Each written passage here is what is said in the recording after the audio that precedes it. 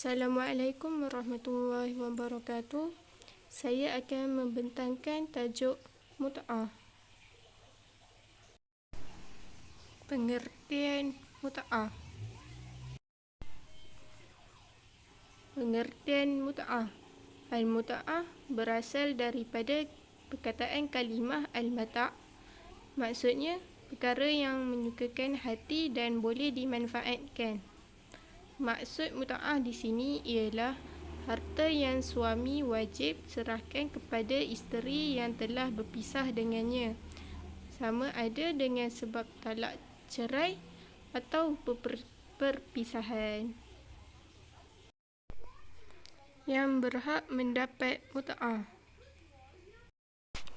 Mut'ah wajib diberikan kepada bekas isteri dalam keadaan yang pertama, apabila diceraikan selepas berlaku persetubuhan antara suami isteri. Yang kedua, isteri itu diceraikan sebelum disetubuhi dan mas kahwin pula tidak disebutkan semasa akad nikah. Yang ketiga, jika isteri dihukumkan supaya berpisah dengan suaminya, perpisahan hendaklah disebabkan oleh suami seperti dia murtad atau meli'an isterinya, iaitu bersumpah menuduh isterinya berzina. Perpisahan juga hendaklah berlaku selepas persetubuhan atau sebelum persetubuhan tetapi mas kahwin tidak disebut dalam akad. Jika isteri diceraikan sebelum persetubuhan dan mas kahwinnya disebut dalam akad nikah, isteri tidak berhak mendapat mut'ah. Ini kerana dia telah mendapat separuh daripada mas kahwin sedangkan dia masih belum memberikan apa-apa khidmat kepada suaminya. Menurut mazhab Imam Syafi'i. Dalil wajib mut'ah. Dalil wajib mut'ah ada disebutkan dalam beberapa firman Allah SWT, antaranya di dalam surah Al-Baqarah ayat 236. A'udzu billahi minasyaitonir rajim. La junaha 'alaikum in talaqtumun nisaa ma lam tamassuhunna aw tafridu lahunna fariidah. Wa matti'uhunna 'alal musi'i qadaruhu wa 'alal muqtiri qadaruhu mata'an bil ma'ruf haqqan 'alal muhsinin. Maksudnya, tidak ada dosa bagimu jika kamu menceraikan isteri-isteri kamu yang belum kamu sentuh atau campuri, atau belum kamu tentukan maharnya, dan hendaklah kamu beri mereka mut'ah bagi yang mampu menurut kemampuannya dan bagi yang tidak mampu menurut kesanggupannya, iaitu pemberian dengan cara yang patut, yang merupakan kewajipan bagi orang-orang yang berbuat kebajikan. Ada juga yang disebut dalam firman Allah Subhanahu wa taala dalam surah Al-Baqarah ayat 241. A'udzu billahi minasyaitonir rajim. Walil mutallaqati mata'un bil ma'ruf haqqan 'alal muttaqin. Maksudnya, dan bagi perempuan-perempuan yang diceraikan hendaklah diberi mut'ah menurut cara yang patut sebagai suatu kewajipan bagi orang yang bertakwa.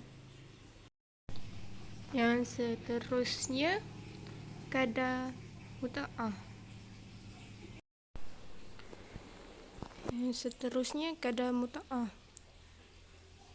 Dalam menentukan kadar mut'ah, berkemungkinan kedua-dua suami isteri boleh bersetuju dengan kadar tertentu atau sebaliknya.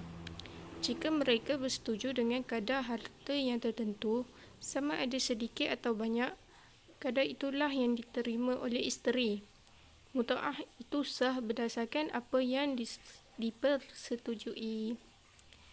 jika mereka berselisih pendapat dalam menentukan kadarnya. Qadi atau hakim berhak menentukan berdasarkan keadaan mereka berdua, susah senang suami, keturunan isteri dan sifat-sifatnya. Terdapat beberapa firman Allah SWT tentang berkaitan kadar mut'ah, antaranya dalam surah Al-Baqarah ayat 236. A'udzubillahi minasyaitonirrajim. وَمَتِّعُوهُنَّ عَلَى الْمُوسِعِ قَدَرُهُ وَعَلَى الْمُقْتِرِ قَدَرُهُ. Bermaksud, dan hendaklah kamu beri mereka mut'ah bagi yang mampu menurut berkemampuannya dan bagi yang tidak mampu menurut kesanggupannya.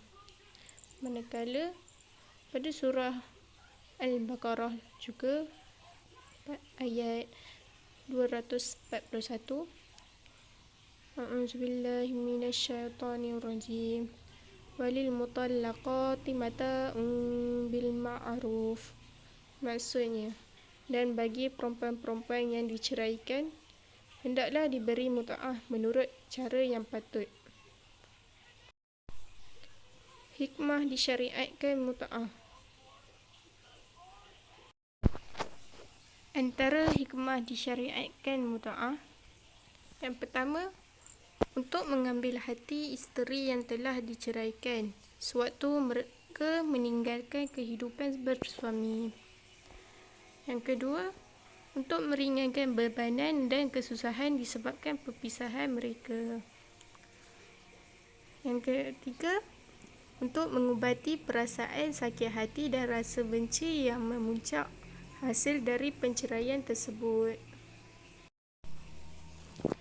Sekian, terima kasih.